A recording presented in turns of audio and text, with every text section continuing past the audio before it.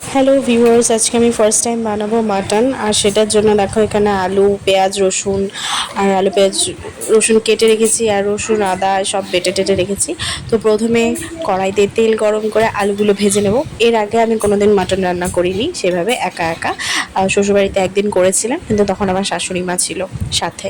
তো তারপর আলুগুলো ভেজে তুলে নিয়ে তার মধ্যে ওই তেলের মধ্যে গরম মশলা আর পেঁয়াজ কুচি দিয়ে নেব, ভালো করে এটাকে ভেজে নেব। পেঁয়াজ কুচিটা ভাজা হয়ে গেলে তার মধ্যে আমি মাটনটা দিয়ে দেবো। অনেকেই সব মশলা একসাথে মেখে টেকে বসায়, কিন্তু আমি একটু অন্যভাবে করছি।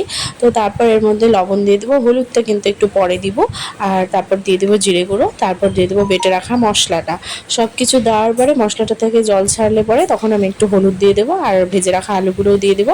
তারপর ভালো করে মাংসটা নেড়ে চেড়ে কষিয়ে নিতে হবে। তারপর একটুখানি গরম জল ওর মধ্যে দিয়ে দেবো মাংসটা সেদ্ধ হওয়ার জন্য। তো মাংসটা সেদ্ধ হওয়ার জন্য ঢাকা চাপা দিয়ে নিলাম 2-3 বার করে, কারণ নামানোর আগে আগে এর মধ্যে দিয়ে দেবো ঘি আর গরম মশলা। তো মাংসটা তো খেতে ভালোই হয়েছিল। তো ভিডিওটা ভালো লাগলে লাইক করে দিও।